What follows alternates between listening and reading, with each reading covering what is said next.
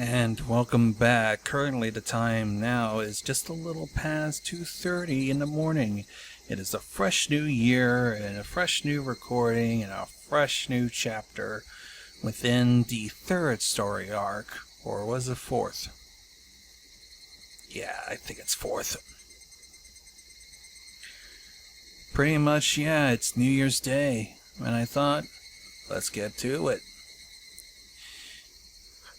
In the last chapter, we're pretty much reminiscing on one guy who was assigned the task of figuring out what the hell caused the locals of Hinamizawa to just pretty much take up a notable politician's kid, and how this will tie into the whole ordeal of the Hinamizawa Dam project.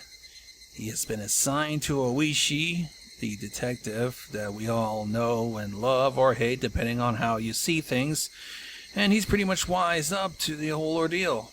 Now, let's see if we can continue with this whole bullshit. We pretty much ended chapter 1, now let's go on to chapter 2.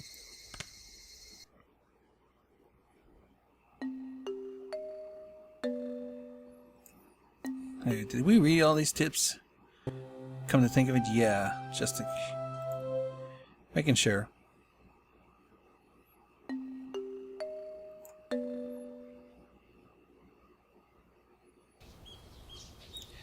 Waking up in a cheap hotel in the city was by no means pleasant.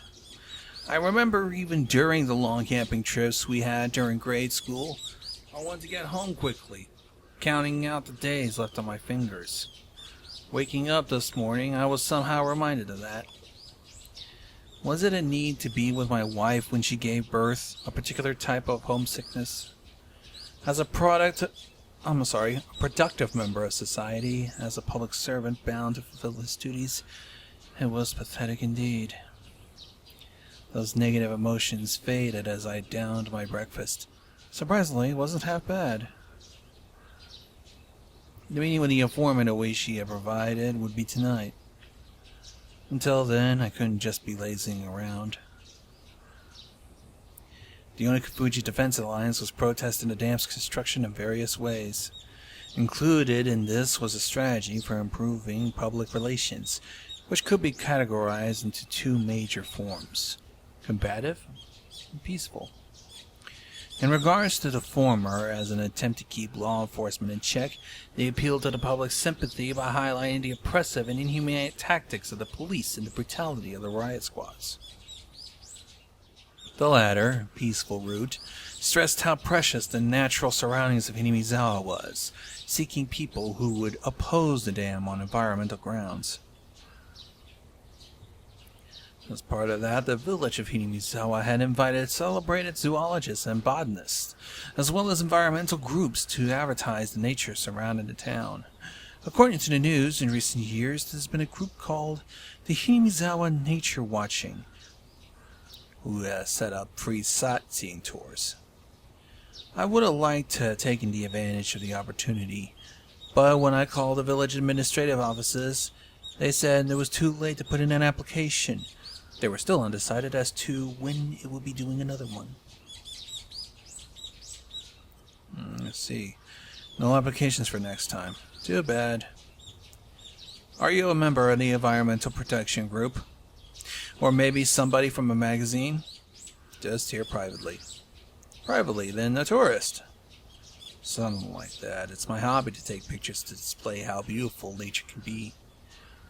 I read in a magazine there's some precious nature reserves here. I'm looking forward to it. I knew there was an article that had something like that written in it, but I haven't read it. Was it this ad-libbed lie not gonna work? Contrary to the expectations, the person I was speaking to laughed happily. Come, the village is a little busy, but you're totally welcome here. In that case, I'll graciously accept the offer. Thank you. How are you getting around? Car? If that's the case, can I ask for your license plate number? There's no ulterior motive behind that. Probably related to the checkpoints they set up on the way to the village. If I did give him my license plate number, I'd most likely be hindered in various ways. I thought about using the car borrowed from the prefecture, but I was lost on whether it was okay to tell him the plate number. If the Onikafuji Defense Alliance was behind this incident, there's no guarantee they won't be able to find out who I was. I had to play it safe, so I elected to refrain from using the car. No, I'm not using a car. If there's a bus or something, I prefer that. There is a bus, actually. Route's going to be discontinued soon. You can take that. It departs from Okinomiya Station. Well, thank you very much. I'll look out for it. When will you be coming? Your first time in Hinamizawa? If it is, you must be unsure about a lot of things. Let me know. I'll have somebody show you around. Oh no, I couldn't ask that much of you. Don't worry about it. That's just a bit of PR we do, protecting the nature of the village. Judging by what I saw at the checkpoint, the villagers were at the very least wary of outsiders. That's why in order to move in and out of the village freely, I'll have to travel with somebody like Wishi, or just side with the damn protests. Having an interest in the natural environment surrounding the village tied into the peaceful type of PR the village is using. I was a bit against having a watchdog attached to me, but it might actually work out in my favor. The entire village was fired up about a damn protest, so I might be lucky enough to hear some especially candid opinions. Given that, there is no reason for me to refuse their offer. Is it really alright? If so, that'll really help. After that, I was shown the bus schedule, directed to which bus I should get on. Somebody would come and meet me at the bus stop in the village. To show me around the spot, I'd take an interest in it, and there will be no doubt they'll bring me to somewhat an anti-dam information center. Over a cup of tea, they'll probably try to indoctrinate me into accepting their principles and beliefs. If it was their aim, there'd be a lot of freebies involved. The world is about give and take.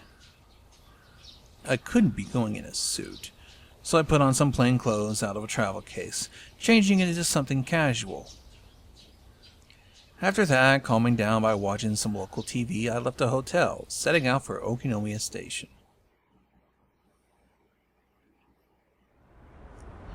The bus route I was told would soon be discontinued certainly didn't look like a way. More than enough trips on the schedule, and the number of passengers was by no means sparse. It was the main link to Okinomiya, the only town in the area. The types of passengers that stood out were older folk who didn't look like they could drive, and housewives who don't seem to have a license. If the area was submerged at the bottom of the lake, it wouldn't matter if there was a bus route. That's why it was going to be discontinued in the unnatural scheme of things. I could catch a glimpse of the government's intent in cutting off their means of transportation to bully the village into emptying out sooner. Makes sense. According to documents, talks between the Ministry of Construction and the locals broke down quite early. The government decided from the start to take an aggressive stance on the matter, like the fairy tale with the north wind and the sun trying to get the traveler to remove his cloak. Even their bullying had meaning to it. The reason why the Onikafuji Defense Alliance resisted violently was because the government was doing unseemly things like that. I was somebody who lived in Tokyo, so for a village or two out of the boonies like this to be submerged, it didn't seem like a big deal. But I guess for somebody who lived here, it would be a huge problem. This route would begin discontinued on this blank of this month. Thank you for your patronage up to this point. We will look forward to your continued patronage on our other lines. Blank transportation. Gazing lazily at the notice of discontinued service posts inside the bus, I counted down the number of stops until the designated one. Along the way, we passed through the checkpoint before we stopped. Oh, I'm sorry. We passed through the checkpoint before without stopping. They knew what time the bus was coming, so they opened up the barricade ahead of time. From here on out was enemy territory. Palms at some point had become coated with a thin film of sweat. Now arriving at Yukita Waterworks. Are there any passengers disembarking? I hurriedly pressed the stop request button as the designated stop was announced. For none of the numerous passengers to be getting off here meant it must be quite a remote place. In actuality, the stop I got off at was so abnormally run down, I could tell it was barely used. As soon as I stepped out, an immense atmosphere completely different than the interior of the bus assailed my body. Right now, Rishi or Morodai weren't beside me. At present, I was alone in the middle of enemy territory. My adversaries probably thought I was just an ordinary tourist. Nothing more than a ruse, though. But if by some mistake my true identity was to be exposed... It brought back the terrifying words that I heard at the prefectural office. If somebody was attacked in Hinamizawa with a knife, no evidence left behind. I didn't seem suspicious, did I? Clothing is casual. Exactly the type of clothing a city slicker viewing the countryside as a wholesome getaway would wear. Camera in a knapsack. Various things needed for hiking. Still only June. Maybe it was unusual, but the sun was shining down like it was middle of summer. The fact that I didn't bring a hat might seem odd. Nah, it wasn't something to be that concerned about. It's alright. I'm just a normal tourist. Just normal. Was there anything suspicious about me? Asking that as I turned around to look at the bus that was departing. All the passengers by the window were staring down at me silently. Staring right at me as if they had seen right through that proud little outfit. Just staring, looking down at me. Countless stares rained down like needles on me from the windows open to air out the bus. All that rained down were stares. None of them were saying a word. All the more, their silent stares will tell me more than a million words could ever do. Hurry up. Go back to Tokyo. Outsider. There was no reason for me to speak. My quiet voice was drowned out by the sound of the engine. The bus, as it tormented me, set out slowly. After doing more than enough to intimidate me, it sped off. A thin film of sweat began to rise. According to the documents, it was a village that seemed wary of outsiders. The population was small. If they saw an unfamiliar face, they'll be quick to identify that face as an outsider. On top of that, nobody else had gotten off at the stop. A bus stop that normally just passes on by. Someone actually getting off there? No doubt it had drawn some attention. But this wasn't a slip-up. They were the ones to direct me to get off at the stop. Nothing to worry about. I knew that I was just nervous since this was my first undercover assignment. My more seasoned colleagues referred to us as the new generation that didn't know how to lose their cool. But that wasn't true at all. In order to calm my breathing down, I exhaled the unpleasant air residing in the pit of my stomach. I couldn't help but pray that my apprehensions would disappear like the white clouds of exhaust expelled from the bus. There was a small shed there to serve as shelter should it rain. And it was there I decided to wait. Inside this shed, one wall was plastered with posters advertising the dam opposition efforts. Like the heartfelt screams of the villagers were recorded on that wall. Inside that shelter, I felt an inexplicable pressure. It wasn't like I had any real relation to the dam project, but it made me feel hesitant about being inside there. It was just how filled the force of denial that space was. Inside that uneasy space was a girl. Inside that shed, covered in words written in broad brushstrokes, berating the policies regarding the dam and calling for action. There was a girl sitting there with a drowsy gaze, as if half asleep. Two images clashed so much, I could only stand there dumbfounded for a moment, trapped in a surreal environment. If I stepped inside, who knew what kind of oafish noises I would accidentally make. I couldn't be disturbing this girl's slumber like that. Having this thought, I gave up on entering the shed. It was just a sleeping kid. Why was I so worked up about it? I realized that this girl, to us as a married couple, was the very image of our ideal child. Even after numerous examinations, we didn't know for sure the child's gender. Whether we could tell if it was a boy or a girl was in the end dependent on whether or not we could get an image of their genitalia. There was, of course, no guarantee that it was a girl, but with things the way they were, it was a high possibility. Even so, Yuki had been saying there's chances that it was a boy or a girl were even. But in my heart, I decided that our coming child was a girl. Since the day I decided that until now, it was so fun to imagine how our child would grow up that I couldn't help myself. Amongst those numerous imaged forms, the one that thought to be the most ideal materialized right in front of me. Of course, a little of it was due to circumstance. My ideal image, her hair would be on the short side. The girl in front of me was long, almost as if somebody had taken my idea, making some small adjustments. It certainly wasn't something unpleasant. Even so, I felt like I was sullying her just by looking at her.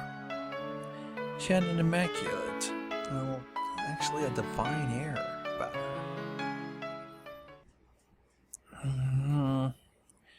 This girl with an angelic smile, a yawn wide enough you could see her molars.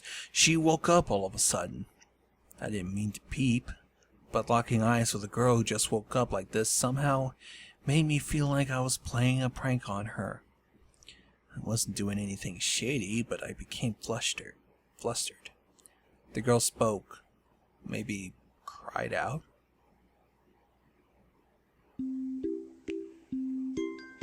Meep. Meep? Like the character on the show with Muppets? Rika, I told you never to talk to me like that. Because I can't understand it. That was just one of those greetings kids do. So to prove I wasn't a suspicious person, I responded in kind. Meep.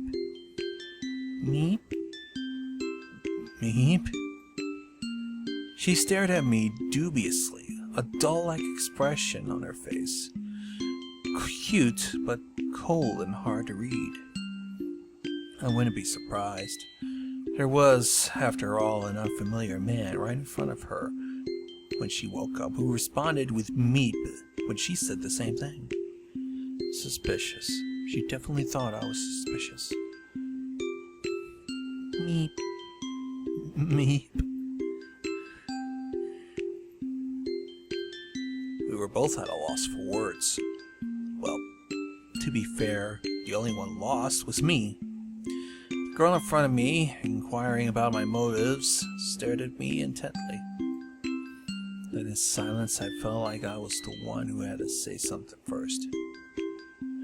Damn it. This girl was way better at interrogating somebody than Oishi. I'm not anybody suspicious, I'm... Nipa? What could I have only described as a cold expression just suddenly blossomed into a smile, one that soon affected me? You might be familiar with the term angelic smile, but to me it was a phrase created just to describe the same smile that she gave me. A girl smiling, just saying Nipa, probably wanting me to return the favor in kind. It was a kid's form of communication. Having another person emulate what you just did would be a rudimentary form of mutual understanding. Nipa? It was a beautiful afternoon in the early summer. What was I doing? Nipa? Well, whatever. It was interesting in its own way. And making somebody happy with just a smile was the work of angels, and this girl was definitely one of them. I couldn't help but pray that my own child who was soon to be born would grow up to be just like this girl. A strange, gentle moment. It was brought out to the inn by the arrival of a car. An older person waved at me from the driver's seat, a dry smile plastered on her face. Hi there, good afternoon. Sorry for being late. You're the tourist who phoned yesterday, right? Yes. Sorry to keep you waiting. I'm running a little behind because of farm. Hop right in. Looks like the weather isn't going to hold up for much longer. I'll show you around real quick. The weather? Changes fast around here. There'll probably be evening showers again today. If that happens, you won't be able to take any pictures. Alright, get in. Meep. Turning around, the girl was standing right behind me with an intrigued expression. Her body language somehow reminded me of a stray cat that followed you around after you played with it. It's charming. Well, if it isn't Rika-chama, praise be, praise be. Mita. So, she's named Rika. She has an immaculate smile, and there's an old man praising her while rubbing prayer beads in his hands. Rather a mysterious sight to behold. Are you going to work, Makino? Not exactly work per se. I was asked by the mayor to show around a youngin' who came to the village for some sightseeing. A youngin' who came to the village for sightseeing. This girl said that with a smile as she clung to my arm. Well, yeah, I heard that this village is surrounded by a precious nature reserve, so I very much wanted to record that with my camera. Even though I look like this, I really like to take pictures. Tomatake Mark II. Tomatake, huh? Makino, is it okay if I come along too? I couldn't. You could come along, Rika-chama, but there's nothing interesting. You should go play near the shrine or something. Beep. A distinctly displeased expression creeps across Rika's face. Being able to show one's emotion honestly on their faces was a privilege young children had. If it's not too much of a problem, could you bring this child along with us? When I said those helpful words, another smile spread across her face, while another knee paw, as she clung to me again. It's not bad at all. I want this girl to call me Papa. Maybe Father. Maybe Daddy.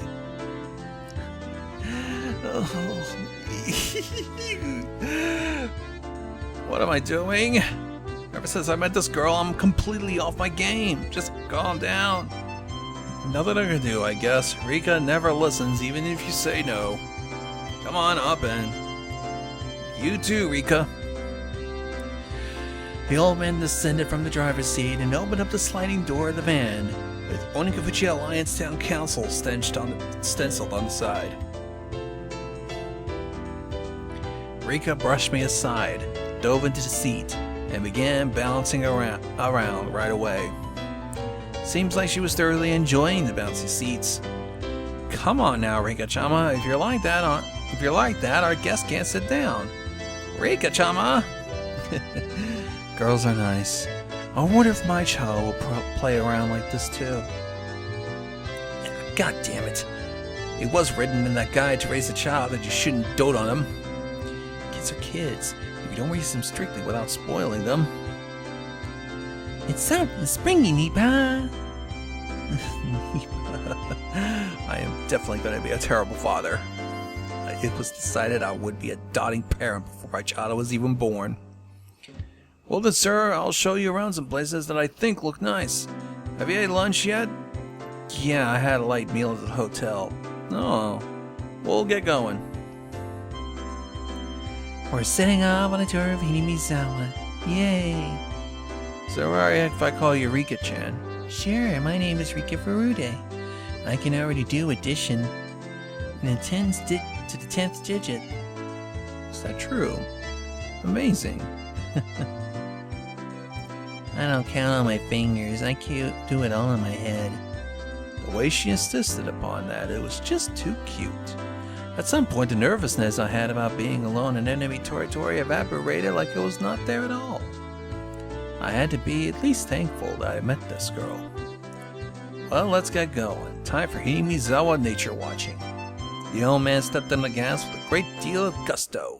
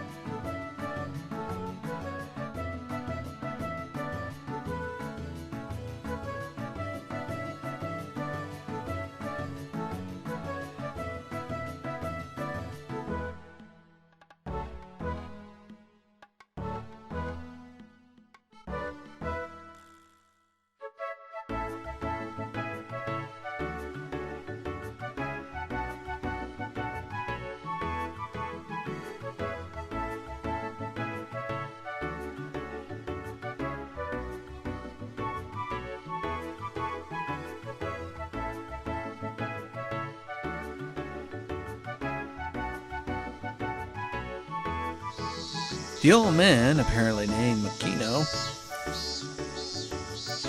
was he the same Makino that was listed as the auditor of the Yonafuji Defense Alliance? Oops. Oh well, he showed me around the places that were all breathtaking. Even though I wasn't really here for sightseeing, I just couldn't help but be impressed. It was different from the simple scenery of a city. The scenery of a charming village like this, no matter how mundane it can be to villagers, had a tranquil appeal to it. At first I was only releasing the shutter as part of my tourist act, but midway through I found myself taking pictures out of pure interest. Tourist traps had their own unique allure to them, but it was nothing like that here. I was especially captivated by the unspoiled nature of the place. If there wasn't a whole uproar over the dam, I would have brought Yuki with me here some other time. I wanted her to breathe in the fresh air, as well as show her the rejuvenating verdant scenery. Is something like this that interesting? You're a strange person, Akasaka. Oh, these cylindrical mailboxes are rare nowadays. They have a certain nostalgic air about them. You wouldn't happen to think they're elegant, would you? Is Hinamizawa fun? Yeah, it's fun. What? Once she's discharged from the hospital, I'd like to bring my wife here at least once. With the child that would be born by that time.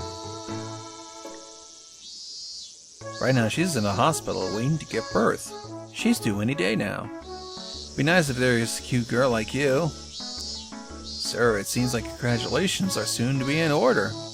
Still, that's not good. Leave your wife behind to play around in a little place like this. I was momentarily at a loss for words. It was exactly how it was said. No good reason for a man who was waiting for his wife to give birth to be playing around idly in this place. Did I slip up? Well, we already planned this trip to Hinamizawa a long time ago. My wife's family is with her, so it's alright. If you had this planned so far in advance, how come you didn't make the sign-up deadline for the nature watching? If you did, you could have toured around on a nice bus. It didn't seem as though Makino was digging anything, but this conversation continued any longer would put some unexpected holes in my cover. So I halted the conversation, pretending to take another picture.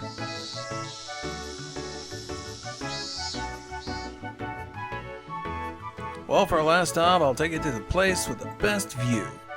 It was slightly before evening. The sun was still burning brightly, but a cool breeze began to mix itself. Seems my exploration of Hinamizawa with Rika-chan was just about done. The place with the best view? Well, Rika-chan, where else would it be with the view but the view from the shrine?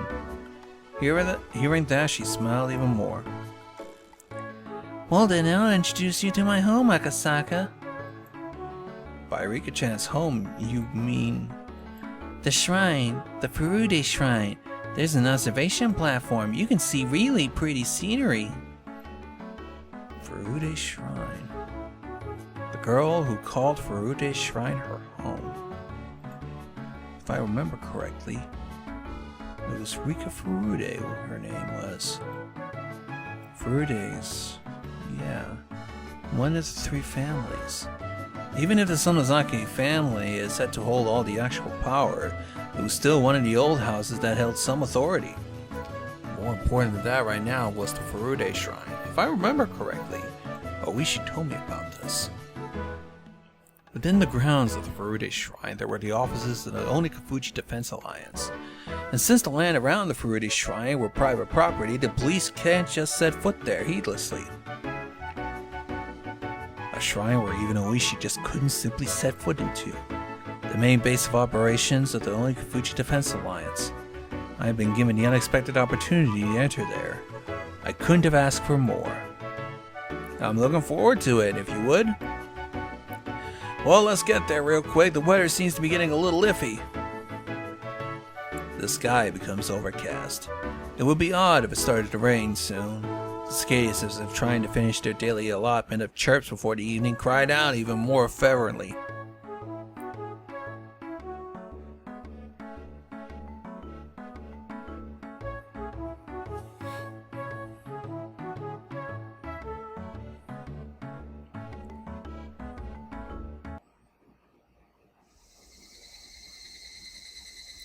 The van stopped in the shrine's parking lot. Parked there were numerous other vans, loudspeakers mounted on top of them to act as makeshift propaganda vehicles. On the side of each van, the dam project must be demolished. Defend our homeland to the last.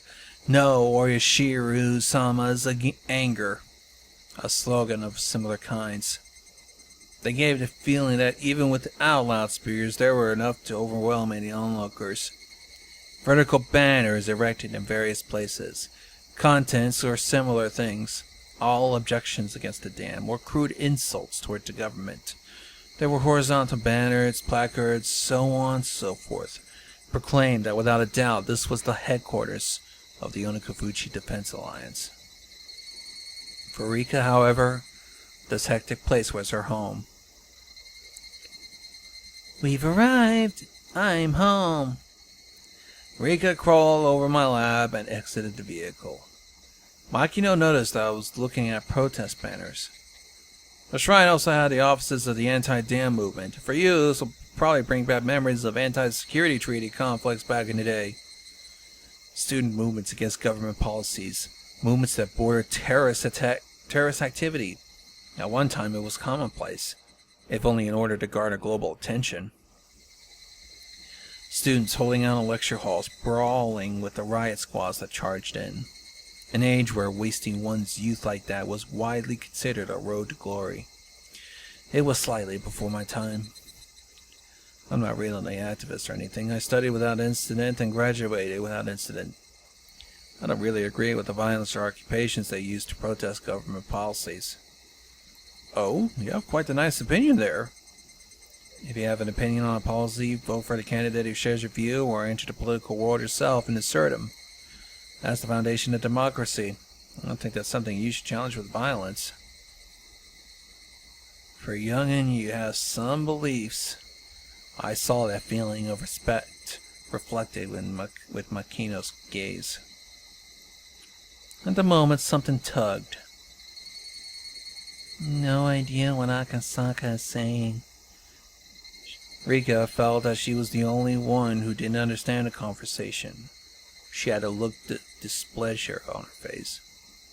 An expression so charming, I had to keep myself from grinning. Something said if Hunter wants to spoil his daughter rotten. I think I understood that feeling very well. Sorry, it was a little bit hard for you to understand, wasn't it? Japan is a peaceful country, so you have to argue a point in a peaceful manner. Nobody should resort to violence, in other words.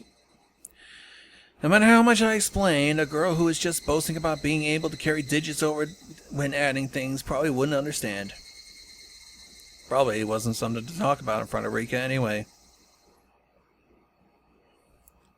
So then, Akasaka, how did you think we should keep our village from being flooded by the dam? Even if I regret my careless words, it was too late now.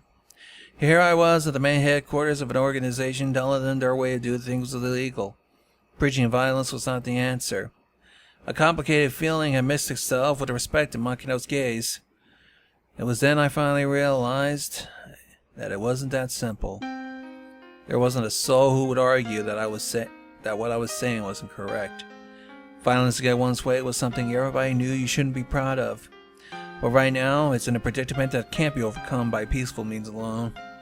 The legality of the dam project through the efforts of the various propaganda campaigns enacted by the Onikafuchi Defense Alliance was being called into question. If they further strengthened their campaign, they might be able to suspend or change the construction plans. But at the moment, most was just a possibility. If the government proceeded with the construction as planned, it won't be long before the place was at the bottom of the lake.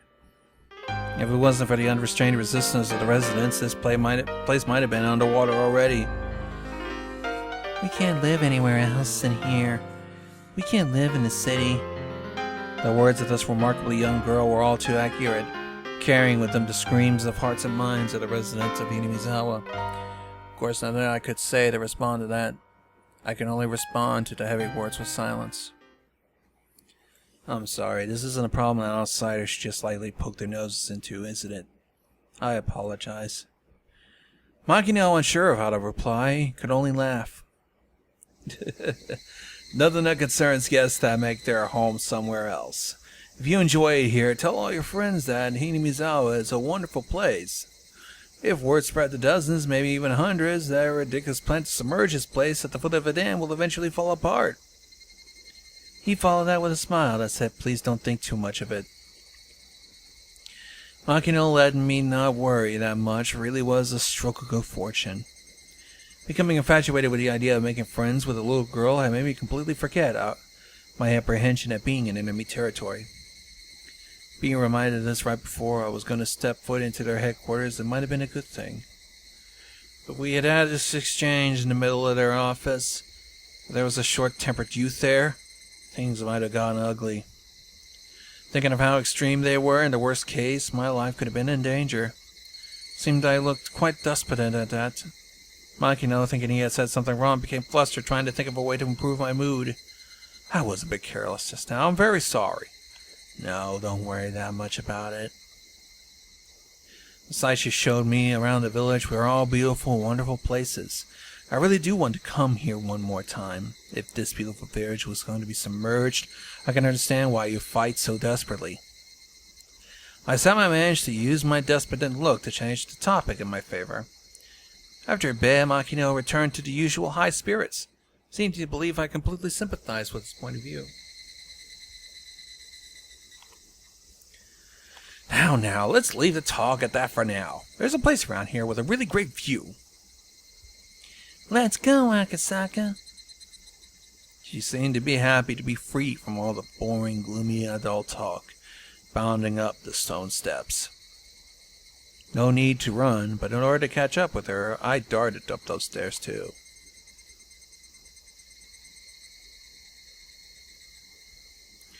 There were several tents belonging to the town council erected on the shrine grounds. Inside the tents were several folding tables and chairs, a number of older town council members that were livening things up with chit-chat. Nothing incendiary like the dam project must be destroyed, just some relaxed idle chit-chat between local old guys. The normal sort of calm scenery. At the entrance of a shed that looked like a meeting place, there was a large sign that was erected, Onikafuchi Defense Alliance Headquarters, written in bold brush strokes. A base of operations. To be honest, it was a bit of a letdown. If he asked what I had been imagining, it would have been embarrassing, but I have thought it would be something much more dramatic. You know, barbed wire fences, barricades. My first impression of the place, though, was completely different. Like a simple backwater town hall. Didn't look like anything other than exactly that. Old folks who were chatting had noticed Rika's presence. Well, if it isn't Rika-chama, it's time for the little kids to head on home. This is my home. The old folks guffawed since she wasn't technically wrong. From that exchange, I could tell Rika Furude girl was loved by everybody. Makino, who's that? The tourist who phoned? That's right, this is the mayor of Hinamizawa, Mayor Kimiyoshi.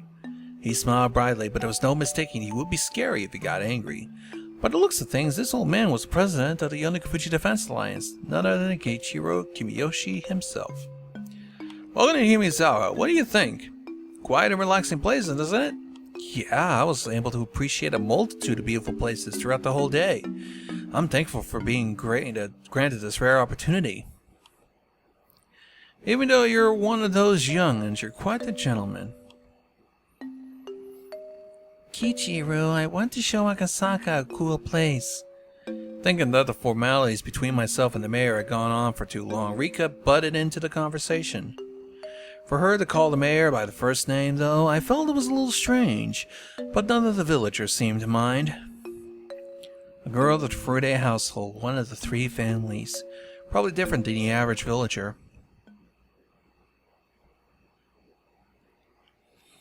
Akasaka, over here. She tugged me at my sleeve. Not resisting, I allowed myself to be pulled over. And waiting for me was a magnificent view.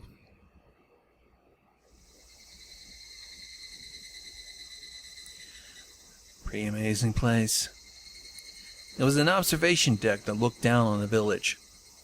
They, knowing that this was the best view, they kept quiet as I stood there awestruck. I was holding a camera, but completely forgot to even glance through the viewfinder. No matter what kind of film it was printed on, this view wouldn't be able to show everything. If there was a way to explain it, it will only be what I would be able to put into words. Just a breathtaking, spectacular view that I struggled to find a comparison. For a while I was left awestruck. I could only stand there and wonder. Cool breeze that bathed the heat rushing through my body. That comfortable sensation also left me speechless. Rika, who had been holding onto my sleeve the entire time, spoke. This is my favorite spot. As she said that, she showed me another adorable smile. That smile seemed very fleeting. If you ask why, that was because the view from her favorite spot, it'll eventually be submerged under the deep green waters of a dam reservoir. Just can't believe this village is going to end up at the bottom of the lake. I said that quietly so that only Rika would hear it. I regret it since I did, for the words were all too cruel. But Rika didn't let them cast a cloud on her expression. She replied with a smile.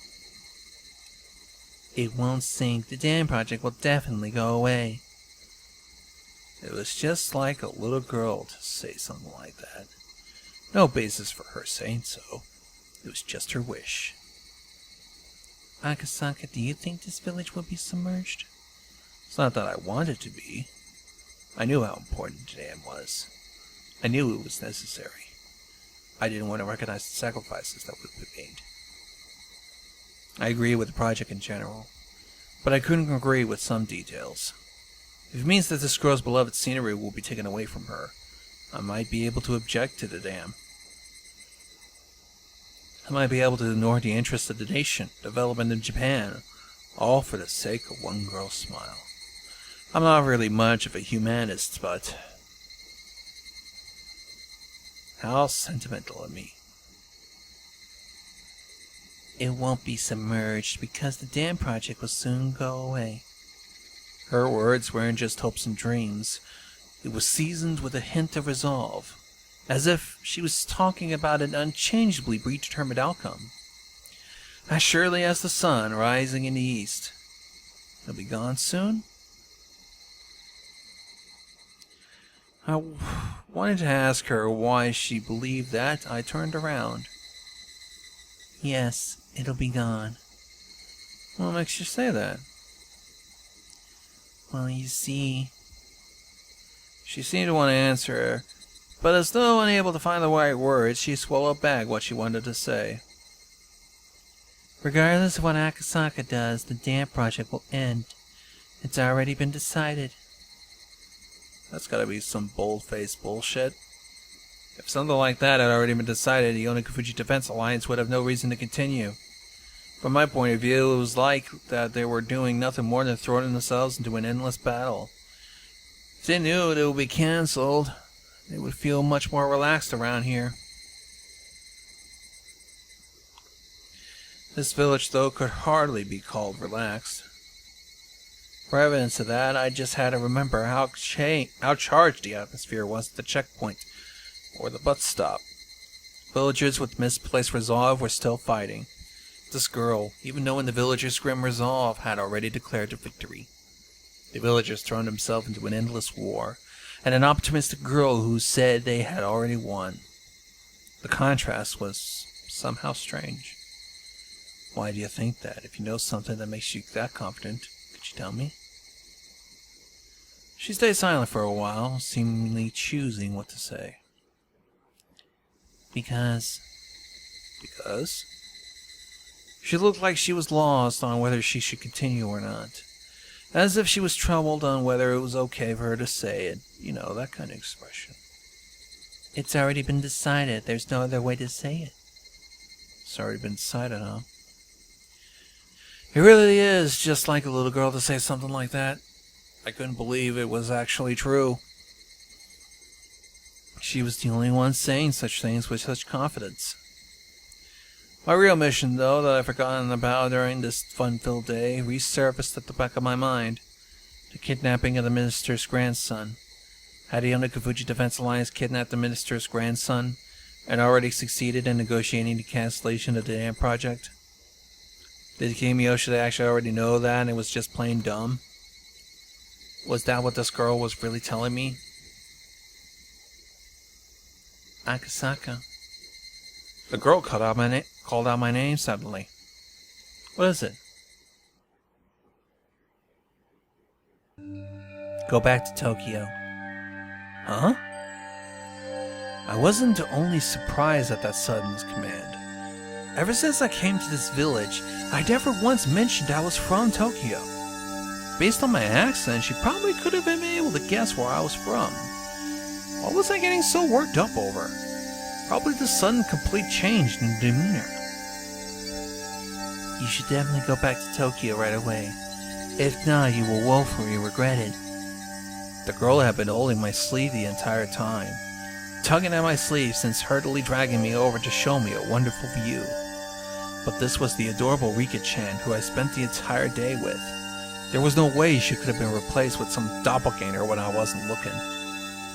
She had been holding on my sleeve this entire time, but somehow this girl was someone other than Rika. Looked like her, but she wasn't. Some girl I never met before. She told me in an indifferent voice that I would eventually regret coming to this village from the bottom of my heart. That would be an incredibly pathetic thing to see. So I thought I'd warn you right now. Why would I come to regret it?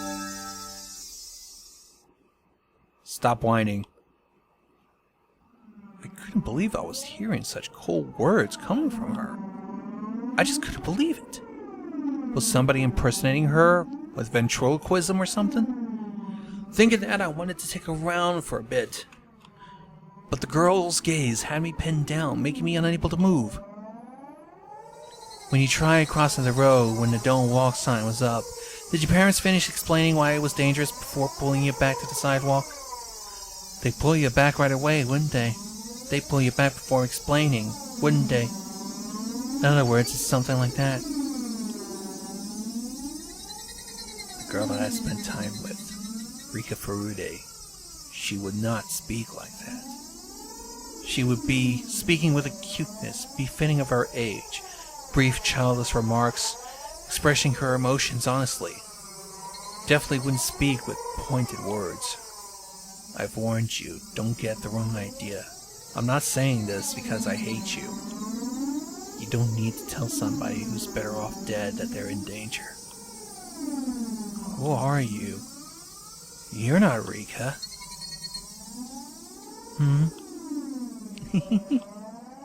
As soon as I accused her, she let out a strange, quiet giggle. It was a laugh not befitting of such a child her age, like she was possessed by something. Her change was just that total and complete. Was Rika being attacked by a terrifying phenomenon? The occult idea came to mind without any sort of hesitation. Rika acting strange. Is somebody gonna help me? Thinking that I yelled that, I turned to where the mayor was. He was looking at us with a smile. To him, it looked like nothing more than me and Rika fooling around. He didn't notice that there was something terrifying happening to her. Akasaka is such a coward. The girl obviously grasped that I was afraid. Noticing that and calling me a coward, she was laughing. A cackling girl approaching me in a strange manner. Still laughing, lost her balance, and fell flat on her face. Rika fell down. Well, if it was just a while before, I would have extended a hand to help her up without hesitation. But now extending a hand to this ominous girl who looked like Rika but wasn't required a bit more courage than I had at this moment. And not only that, holy shit, was this so anticlimactic? Meep. The girl cried out. She squirmed upright and dusted herself off. She looked around restlessly as a blank expression crept across her face. You've got to be kidding me. Was she making fun of me? That way of acting, it was as though after being possessed by something, she had lost her memories of what happened. You're joking, right, Rika? Meep. I don't know if Rika heard me or not. Just cried out like that, as if questioning herself. Hey, mister, Rika-chama! Tea's ready. Some snacks too. Please come and have some. An old lady wearing a smock was waving energetically from the entrance to the office.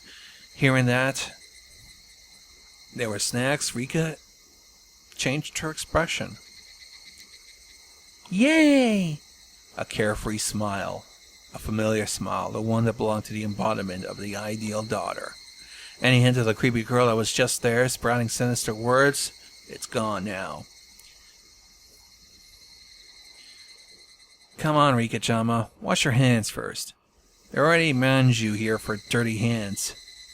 I'll wash them real good. Meep. She responded with vigor, running off to the washing station that was along the side of the office. She stopped halfway, turning around to call to me. If Akasaka doesn't hurry up, I'll use manju too. They're steaming fresh. Oh. People who don't wash their hands aren't allowed to eat any manju. No matter how you look at it, that was Rika. The words and the way she said them, no matter how you heard them, they were definitely hers.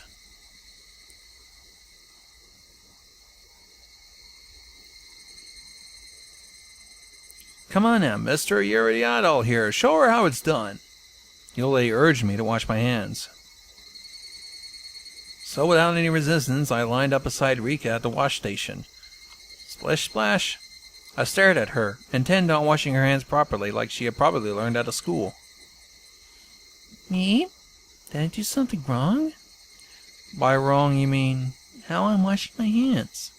I only got 4 gold stickers for it. I'm probably bad. You're not doing anything wrong. If you wash them carefully, that's more than enough. But it's not. If you don't use a brush and clean out the dirt from under your fingernails, you won't get a gold sticker. Uh-huh. You're really diligent. That's something to be proud of. Nipa, I was praised by Akasaka. No matter how you looked at it, it was Rika. No trace of that girl from before. Exactly what was that sinister girl? Rika, what was the meaning of what just happened now? Just now, you told me to go back, didn't you? Did I say that? I was at a loss for words. She didn't remember what that girl just now had said. Like I would ever believe something as occult as that could happen. Like I would ever believe Rika would be possessed by a strange girl, saying creepy things. You definitely said that. Me. The expression told me that, despite my saying so, she's clueless. She wasn't playing dumb. She actually didn't know. Exactly what was that just now? Just as Rika Chan had, I let a look of confusion creep across my face. Two of us looking like we have no idea what was going on. It must have been certainly a humorous sight to behold. While partaking in tea and snacks, I was showing a propaganda film shop at the Defense Alliance. I highlighted the resistance efforts. Older folks talked passionately about how long and grueling the fight was against the dam, but they fell on deaf ears. I was transfixed by Rika, who had heard these stories countless times before. She nodded off. Eventually, Rika noticed I was staring at her, smiling as she rubbed her eyes. The smile was Rika's after all. No hint of that one sinister shadow. After that, my unreasonable fear of Rika lessened with the passing of time. But I could by no means forget what happened. It eventually grew dark. Mayor said they prepared dinner, but I said I would come again tomorrow and took my leave. I had to return to the hotel, filing my regular report with the section chief. I see. Well, please come again tomorrow. If you phone, we'll send somebody to pick you up right away. I appreciate the hospitality. I'll probably come again and enjoy myself tomorrow. Yes, please do. Seems Rika has taken a big liking to you. Akasaka, are you coming again tomorrow? I finish after 5th period, so if you can come around 3 o'clock, that would make me happy. Please come again. A pure smile urging me to do so. There wasn't a trace of that evil aura. Depending on what happened next, all that might end up as nothing more than a hallucination. Thinking about it logically, if the daughter of the Furude household, one of the 3 families, had taken a liking to me, then this was a strong foothold for my investigation from here on out. A free ticket for a reason to visit Hinamizawa. If only I could treat that little incident as a figment of my imagination, having this girl who was the embodiment of my ideal daughter grow so attached to me, it wasn't that bad either. I successfully dove into the belly of the Onikafuji Defense Alliance, and had the mayor as well as other important members of the alliance welcome me with open arms. A great turn of events, but I still felt uneasy. Getting back to the hotel, I forced down an almost painfully cold beer until I could clear my mind. The shock from that incomprehensibly strange incident continued to torment me.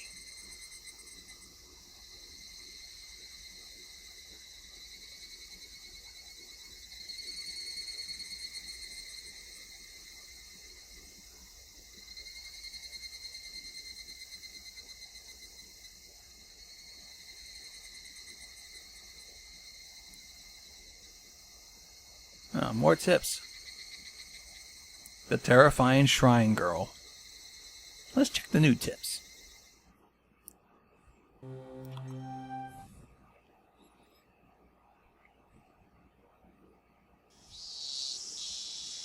The sound of the car grew closer, followed by the sound of it braking as the engine cut out. At that moment, is up until now, lackadaisical footsteps grew decisive as the man in the room dashed up to the wall beside the window and carefully peered. The comrade's car, even though he still didn't relax his guard. Eventually, the sound of footsteps approached the door. The passcode. I'm back. Open the door already. You must be tired. I'm opening it now. After the locks were undone and the door opened, a man appeared, his arms laden with swollen plastic grocery bags. 7 Smarts written on them. Bread and milk cartons able to be glimpsed inside. The contents were spread out over a sheet. I bought some cup noodles. Go boil some water. What's the kid doing? He's been sleeping the entire time. Thank God he's not causing any trouble. Did struggle a bit when he was about to shit himself. We'll let him crap in his pants. It sucked as it started smelling like an outhouse here. I know. Check the gag every now and then. Don't want it to get loose, keep it tight. Not so tight that it stops breathing. I said I know. Did I ask you to pick up another can of gas? We're out. It never has, you idiot. Ah, seriously, come on, work, damn it! He rattled the portable stove as he struggled to get it to the light. Seeing that, the man who went by surprise let out a deep sigh. And when the backwards glance at the side began to walk to the corner of the room, again that boy was brought out on a sheet that was spread out on the floor. What are you doing, okay?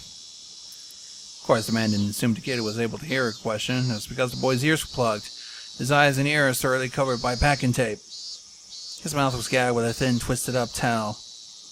The boy was unable to close his mouth properly, cheeks sticky with his own saliva. Of course, that wasn't the only reason. Both his arms were tied behind his back with a leather belt. Seem to be doing okay. At least you're not going to die. If your grandpa wants to play it tough, we might have to lop on you. It'd be great if we don't have to. The main family says we do, though, tough luck. Can't even imagine what kind of cool things they have us do. The family says not one scratch on him. Seems to be going well for the time being.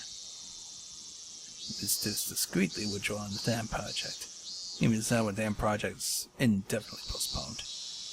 I wonder when we're letting the boy go. I just want to be done with this already. The main family seemed to be gauging that timing. Don't know what it'd be, but probably soon. Isn't that great, kid? He'll be let go real soon. The man didn't know if their voices were heard by the boy. For him, nothing he could do but continue to sleep to escape the harsh reality. More importantly, what are we going to do about the gas? Can't need to come to us at all. For the gas, say something.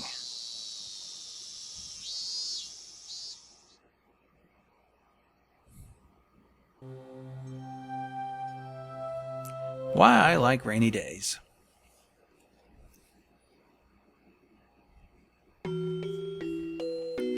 The weather forecasted had predicted that it wouldn't rain at all this entire weekend. Not that I hate sunny days or anything. But every day is the same unchanging sunny weather, however. Anybody would long for a rain cloud or two. If it's simple clear skies for a week, a month, a year, anybody would long for a rain cloud or two.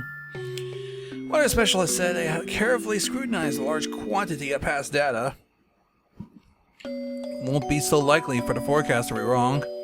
I knew as much. But even then, there was occasionally a day where I was hoping that it would be wrong as I stared up at the clear blue sky. Was I being mischievous and hoping so? I waited and waited, feeling almost suffocated by the boring blue sky, undisturbed by a single cloud. If you could die from that suffocating feeling, then the population of Earth would probably have stopped increasing to this point. In other words, the only person who would be being suffocated by this would be me. So I woke up to summer evenings where not even the weather forecast could predict a sudden shower. If I were to explain it like this, would you understand a bit more about how I feel? Let's say tonight's dinner was curry rice, but when you get called down to the dinner table, what was waiting for you was eggplant and bell pepper stir fry. This is just on your mother's whim. I would be delighted by such whimsy. I don't really like eggplants or bell peppers, but still, I would be delighted. The fact that a pre-established routine of curry rice had been broken without it would be amusing. If tonight was repeated 100 times you have to eat curry rice. For this one night, it was changed to an eggplant and bell pepper stir fry. No way you couldn't enjoy that chance. I hate pre-established routines. Really hate it when things are all decided beforehand. No love for boredom. I was getting my hopes up that something today would be different, right after trivia. It's been decided this entire week starting today was going to be clear skies. The weather forecast decided upon it, so the god of weather must feel obliged to do so.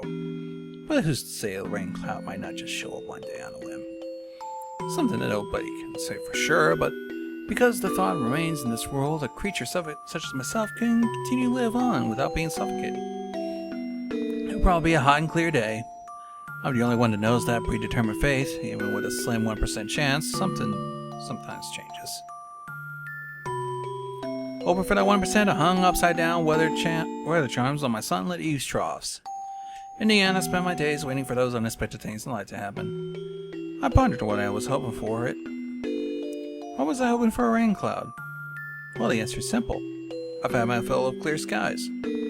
Why was I hoping for a rain cloud? The fact it was going to be a sunny tomorrow was boring.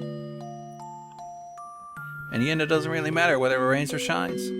Basically, it's just the rain would water my heart, which was withered from boredom.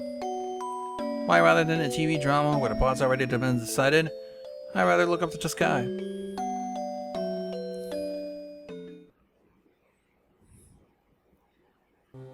Barley tea, black tea, and a millstone. Looks like we're gonna have a conversation.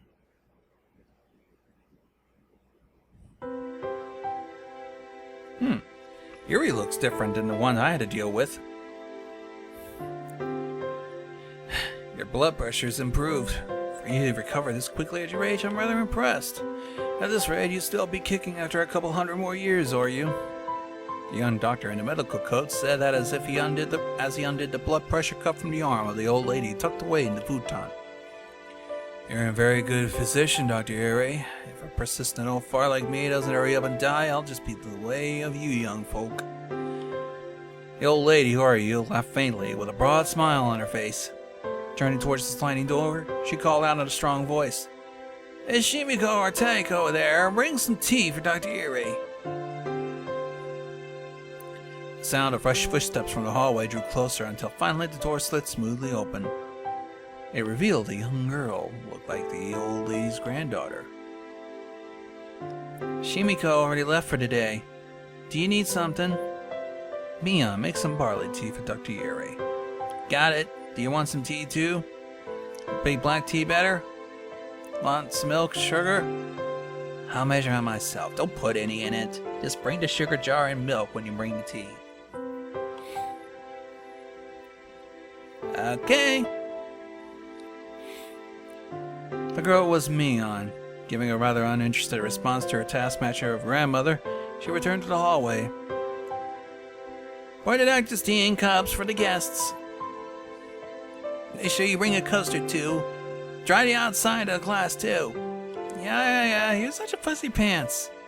A tired voice wafted a reply from down the hallway. The apathetic tone of voice was far from the unusual. The old lady let out a wry smile slip across her face as she chided the girl. "That girl just won't learn. Nothing I'll ever say sticks. Nothing I ever scold her about sticks." Now, or you don't have to say that. Mion is doing her best in her own way, even though she's still young. Her mother was the same way. I couldn't teach her anything. The apple doesn't fall far from the tree. So her mother's mother must be the exact same, no? The old lady burst out laughing. Her expression showed she hadn't taken the comment the wrong way. "Dr. Yuri, I'm sorry, but you could open the doors for me. It seems there's a nice cool breeze outside." The cool chirping of the Higurashi at some point started to leak through the gap in the doorway. Yuri decided to stand up and open the door a bit. A refreshing breeze pushed out the stale air that had built up in the room. It's gotten fairly hot during the day, but the evenings are still rather cool, aren't they? It was almost downright chilly last night. Yeah, those times of mornings and evenings are another one of Hinamizawa's fine points. Yuri replied with a smile as he returned to sit on the cushion beside the old lady. Whoops. The two of them for a little while soaked in the voices. I'm going to try to live to 100 until the business with the dam project is finished. I ain't kicking the bucket just yet. To get the government to withdraw a decision they've already made is a fairly difficult thing to do. The way this country does things is like turning a millstone. A heavy one at that. A millstone? Don't you know, a millstone? Yuri quickly affirmed that of course he knew what the old lady was talking about, for he knew full well you didn't like having your stories interrupted. This millstone sea can grind anything to a pulp. It's rather impressive. But you see, it doesn't turn out that easy because it's a rather heavy millstone. Lots of people have to work in unison to get it even budge. It's that type of millstone. Yuri pursed his lips, listening quietly. Eventually, Mion returns with tea laid out on a tray. Seeing that Oryu was talking and in a good mood, she quietly kneeled down and laid out the sets for the barley and black, being careful to not interrupt. That's why when it gets going, it's not that easy to stop. It takes the most effort to move it right before it starts turning. Everybody hates that, so everybody keeps pushing it along with the route rest. You're talking about friction, right? I get what you're saying.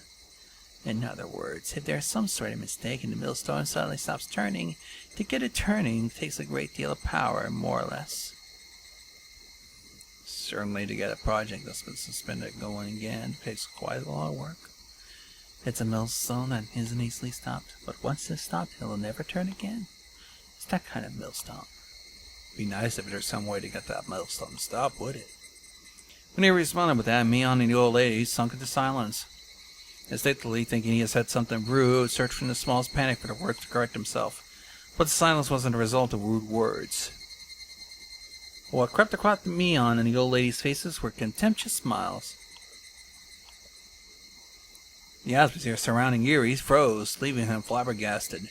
Thinking the scornful smiles creeping across both their faces was the result of a mistake of his, he could only grow afraid.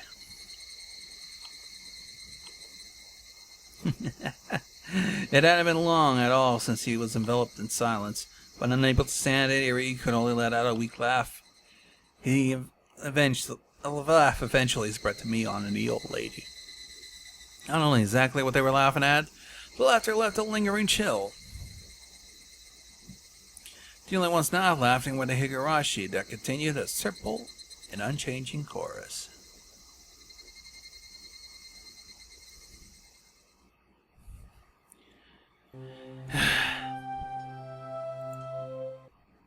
Well, this was eerie and awkward.